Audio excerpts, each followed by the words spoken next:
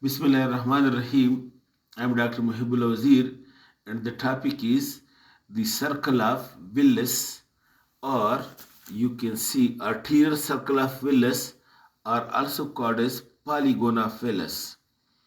Now, before to describe this, the brain is supplied by these two vertebral arteries, which after passing through the foramen transversarium enters the skull through the foramen magnum, and by the two vertebral internal carotid arteries which enter into the skull through the inferior opening of the carotid canal, that enters into the cavernous then enters into the petrous part of the temporal bone, and then passes through the cavernous sinus, and then ultimately come out of the anterior end of the cavernous sinus, the two internal carotid arteries.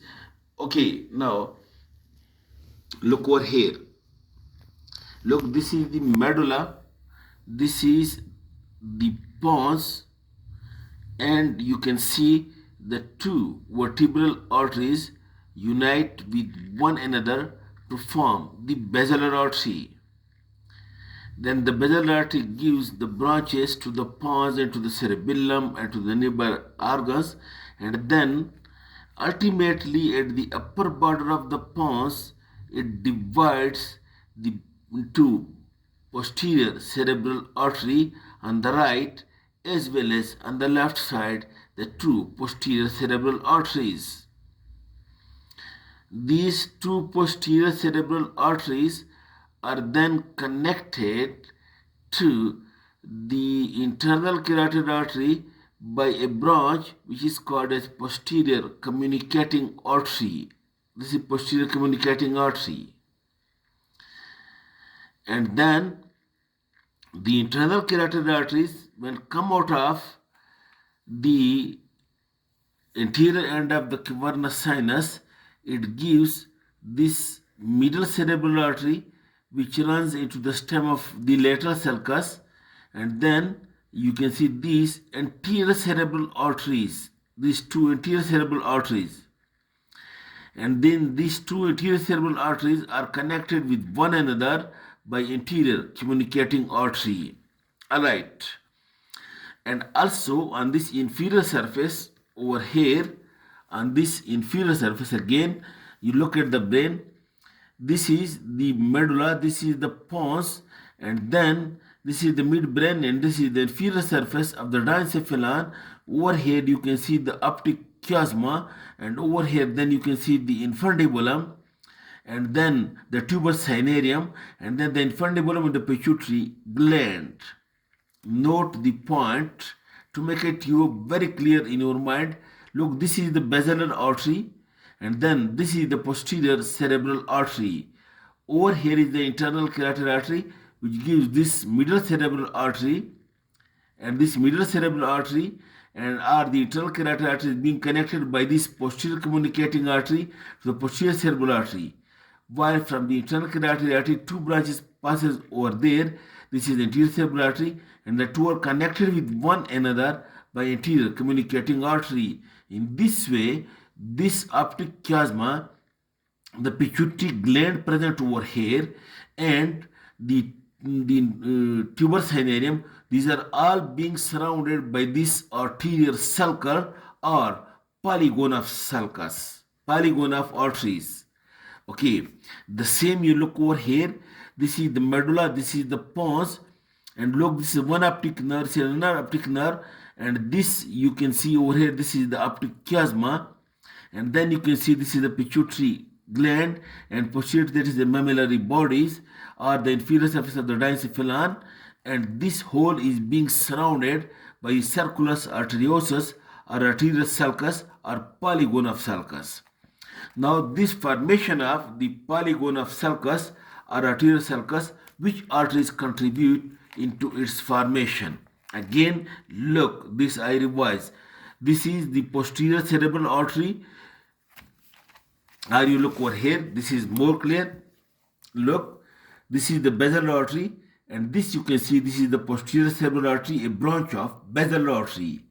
this posterior cerebral artery is being connected to this middle cerebral artery or the internal carotid artery by this branch, and this branch is being called as posterior communicating artery.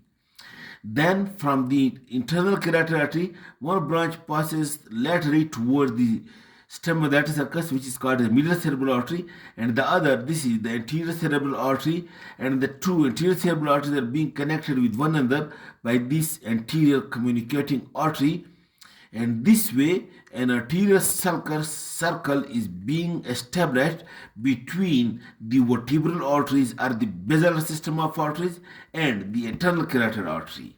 Now, these two arterial anastomosis present over here, it equalizes the flow of the blood between the two sides of the brain, number one. And number two, if due to any reason any of the artery is being occluded, then this may provide the collateral circulation for the other side of the brain. In this way, this arterial sulcus provides the equalization of the blood flow, and number two, collateral circulation. Alright, but now this gives different branches. One branches are, number one, the superficial branches or cortical branches. Superficial or cortical, that is being given to this outer surface of the brain. The superficial or cortical branches that given by the arterial circle to this outer surface of the brain. Those superficial or cortical branches of the circulus of willis, they anastomose with one another, and these cortical branches that supply the different area and anastomose with one another. If any of the artery is blocked, the resulting infarct will be very less or little because that anastomosis is being present in it. While the other branches of the arterial circuit that perforate deep, and these are being called as perforating arteries, are also called as central arteries. The branches of the arterial sulcus, it perforates deep into the cerebrum and supplies the deeper lying structures, for example the thalamus, hypothalamus and internal capsule. These arteries, which are central arteries, are perforating arteries. The point is that they do not anastomose or anastomose only at the capillary level. So functionally or physiologically, these are end arteries. So if any of these central or perforating artery is being blocked, then the resulting infarct of the brain would be more and increase and bigger in size, because over here there is no anastomosis or anastomosis only present at the capillary level. Okay, now the central branches of the circular arteriosus is being divided into two groups. Now look, anatomically this is the anterior side, this is the posterior side, and over here look, this is the circle and this is the middle side and this is the lateral side. So these central arteries or deep arteries or perforating arteries are being divided into this group, anterior group, and this group, posterior group. The perforating or central arteries or deep arteries of the circle is being divided into this anterior group, that is this anterior group, and this posterior group. The anterior group is again divided into two. Number one, look toward this medial side, anterior medial group, and number two, toward the lateral side or anterior lateral group, given toward the lateral side. The anterior medial group, now these deep arteries or perforating arteries are being given different names.